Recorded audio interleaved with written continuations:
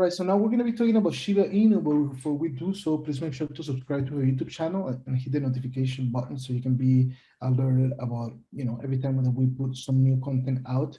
Since we have been doing actually a really good job timing the whole movement of the hottest cryptocurrencies in the market, right? You can also follow me at Ali_charts. You can follow my co-host Akash at Mac&Co with a zero at the end, and you can also follow Jonathan at Just Analysis One.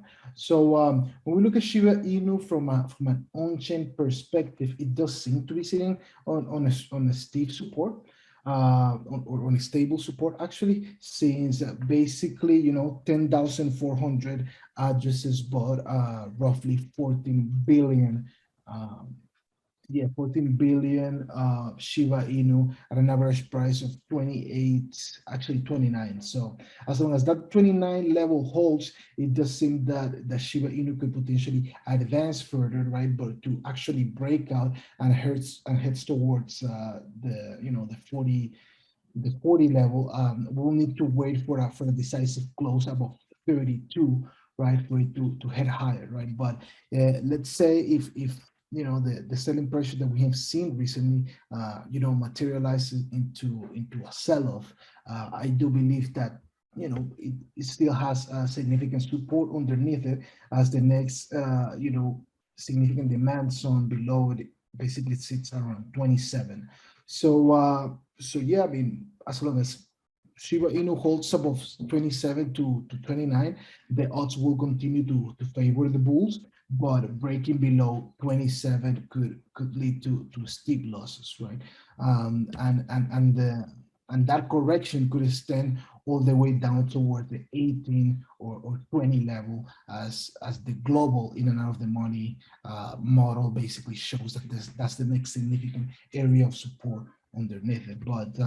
But yeah, I mean, as of right now, as at the time of that we're actually bringing you with this TA, it does seem that the Shiba Inu sits on top of a stable support. Now, from another perspective, I mean, when we look at the number of large transactions on the network, which basically tells you the activity of wealth and institutional investors on the Shiba Inu network, it does seem that after that big jump that we saw basically around October 6th, which I mean, kind of like coincided with the significant spike in price action, there has been a substantial decrease in number of large transactions on the network with a higher value of $100,000.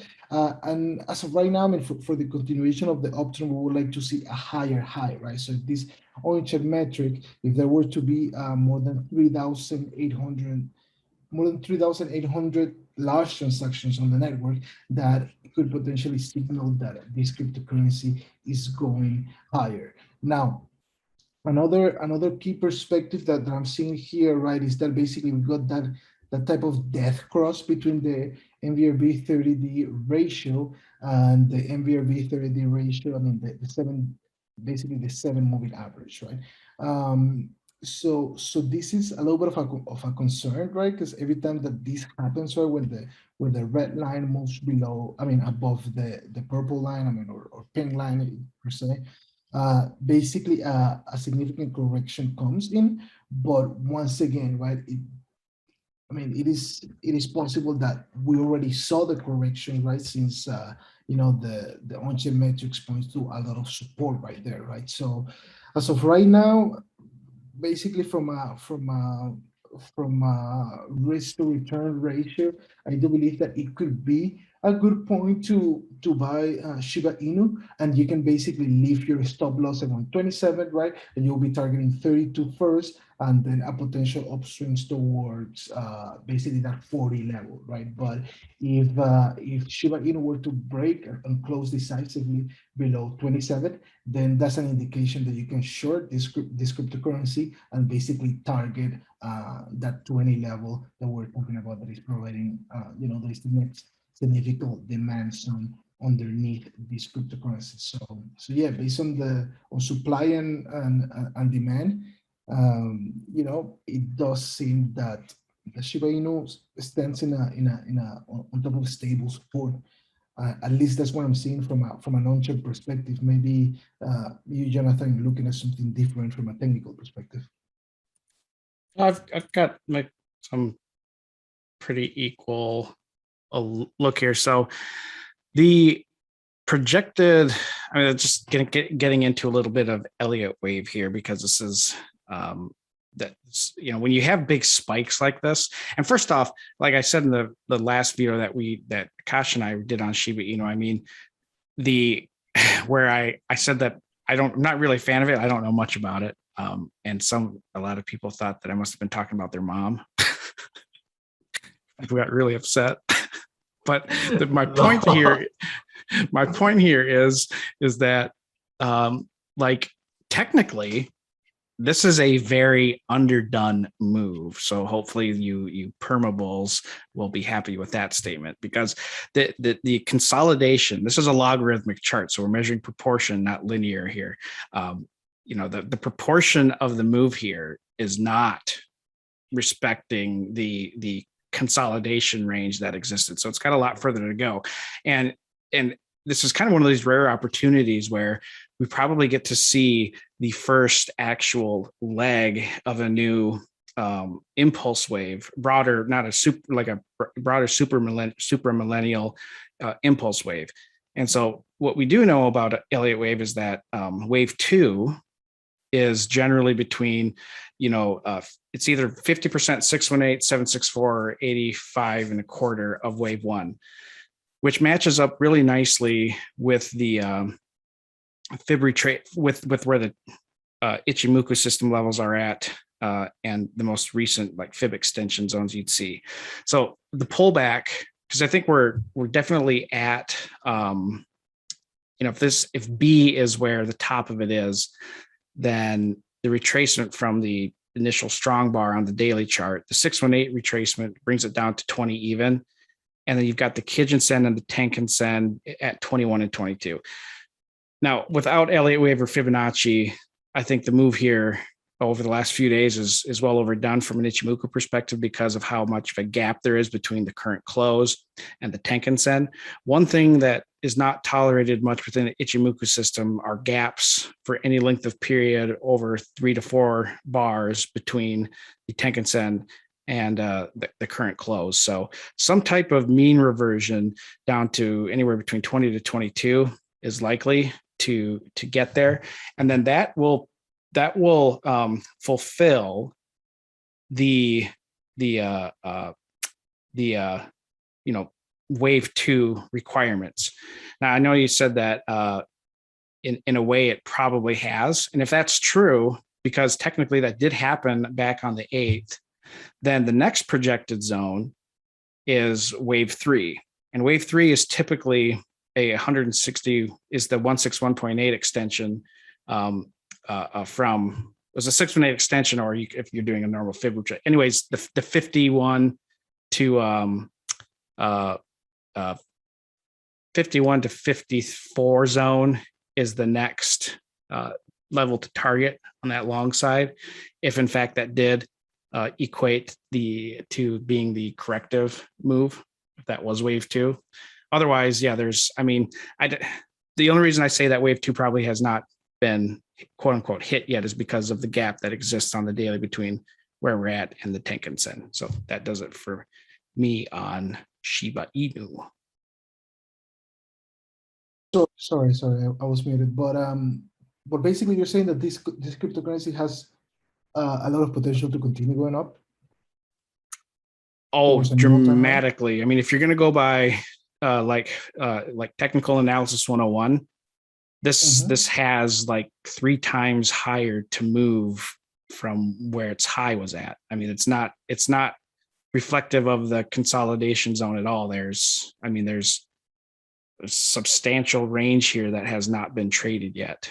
So yeah, there's technically there's a lot of range left to go. Interesting. I mean, that's yeah, I mean, to me, right, I also agree with this, as long as basically that 27 level holds. It's breaking below it. I do see a potential corrections towards 20, and then from there we'll have to see, right? But based on the network dynamics, you know, from an on-chain perspective, it does seem that this cryptocurrency could have more upside potential. I don't know what you're seeing from a shorter time perspective, Akash. I just read the comments on, on that video, Jonathan, and I get your response. I find them very funny. Yeah, It's very hilarious. it's obviously funny, right? Like I'm not saying it was like, yeah, but damn, man. So it's experience, dude. You get to have experience in this market. Like I kind of faced a similar kind of bashing from the XRP community when I first entered and I talked shit about XRP, but you know what? It's fine. Yep. So back to Shiba Inu, right? So on a 4-hour time frame, I'm seeing a rising wedge and expecting at least like 15% drop from where it is right now. This could be a really good spot to accumulate and go long, whatever you want to do.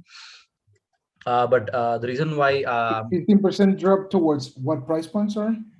yeah, 1 second, let me just so okay, let me just do that. From the current position, it's at 2627, 0.402627 is where I'm looking for this price to kind of close on a 4-hour time frame. But let me just get in on that a little on a lower time frame, right? So for now, from a 4-hour time frame perspective, I'm seeing bearish divergence here. The price is forming higher high and RSI is forming lower highs. So from a lower time frame perspective, it's really good to see. So this was really like if I was actually watching the chart, I would have caught this, but I did not. So there was this really good double top here that formed. I think it's, yeah. So as you can see here, this double top formation was really neat, and now that's playing out. I wanted to short here, but like price kind of like ran through it. I was expecting it to like go back above, retest this order block here, see how it reacts, and then I wanted to short over here, but actually it like came down very quickly. So what am I expecting is, so far it's been holding up pretty good. This line that I've drawn here comes from the 2-hour time frame. Basically, I'm looking at these candlesticks as like a particular demand zone in like as a whole. This is what I'm looking at. So depending on how it reacts, right, the candle is already closed below this. There could be a chance it could go higher, retest this, and then come back lower again, right? So what are my targets? Like this, let me just show you where that comes from. Right now, I am looking at the liquidity resting below these lows over here, looking at the candle bodies right now, right? So if I were to draw like a rectangle here, this is the area where I'm looking to take profits. And I'm willing to go short somewhere around here. And if you look at this here, right? So far we've closed below today's session's POC here. And the level that I was looking at kind of coincides with the POC, the point of contact. And so the reason that line, let me just bring it up. Yeah, so this line is coinciding. I drew it so that it coincides with this this session's POC, point of control, if I said it wrong earlier. So yeah, anywhere between 0.40268 to 2507 is where I'm looking for Shiba Inu to like retrace for now. And yeah, this is it. Do you have any questions about the levels, Ali? No. I believe that is pretty straightforward, right? I mean, it's kind of like the same levels that Jonathan and I were talking about, and also what the on-chain metrics are telling you, right? That basically there is a strong support all the way down to 27, right? And only a decisive close below that level could see it drop towards that low of October 8th, I believe, right? At around 20 cents. I mean, or 20, whatever you call this. Right, and I believe that there is significant support in there that could potentially hold any, you know, contain any further spike in selling pressure, right?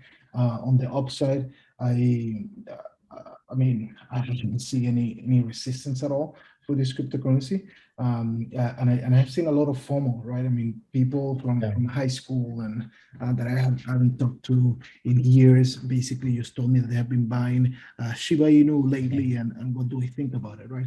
And that is the warning of a market high. Exactly. Whenever I remember in 2017, I was at the grocery Yeah. store. This is before I moved to Michigan, in small town, South Dakota. And Mary, the gal at the checkout counter, asked me about Cardano. I promptly got home and I started selling. I was a little late because the selling started oh man, yeah, that kind of stuff is evidence of a market top. Exactly. This could be So like as a short-term cycle top, but I don't think it's the long-term cycle top. So yeah, I mean, we'll have to the wait. retail hype is wait still and just see. starting to pour in right now. Yeah, I mean, based on the level of attention that basically or Shiba Inu videos are bringing in, I mean, it does seem like retail is going fanatic about this cryptocurrency, right? And Yeah. you know, it could end up really bad, but based on the on-chain metrics and the technical aspect, I mean, there could be more room to go up before the final top, right? I mean, I did definitely got a little bit scared whenever my friend texted me to ask me about what I thought about Shiba Inu, because he had put like something like $10,000 on it, and I was like, good luck, right? But I mean, hopefully it continues going up, right? So he can profit from this. But we'll have to wait and see, right? Whether that 27 level is able to hold, and if it doesn't hold, right? I mean, a potential downswing towards 20 is basically the last line of support that I can see from an on-chain perspective. But on the upside, there is literally no resistance ahead. So hopefully my friend and everybody continues buying, right? So that this cryptocurrency continues going up, and also our audience is really happy about our TA, right? Yeah. But yeah. Also, right, Ali, I just Go want to ahead. add one more thing down here. So this area is like seems like a really good conservative target where like come down here, collect a little bit of liquidity, and then make a run up. But like the max spend scenario would be like dip below this level here, which ranges from 2064 to 2280. Like this would be the max spend scenario. Like if you do something like this, probably like this dip is gonna be really interesting to watch. Yeah, So indeed. The most bearish target from an on-chip perspective is that 20, you know, 20 level 2218 or of 20 to 2064. Exactly. So yeah, I mean, let's see what happens. But as of right now, I mean, it does seem like we're leaning bullish. Hopefully the Shiba Inu army doesn't hate on us like they did in the previous video. But yeah, now it's a matter of waiting and seeing whether it can basically claim that level around 30 or so for it to basically go higher, right? Yep.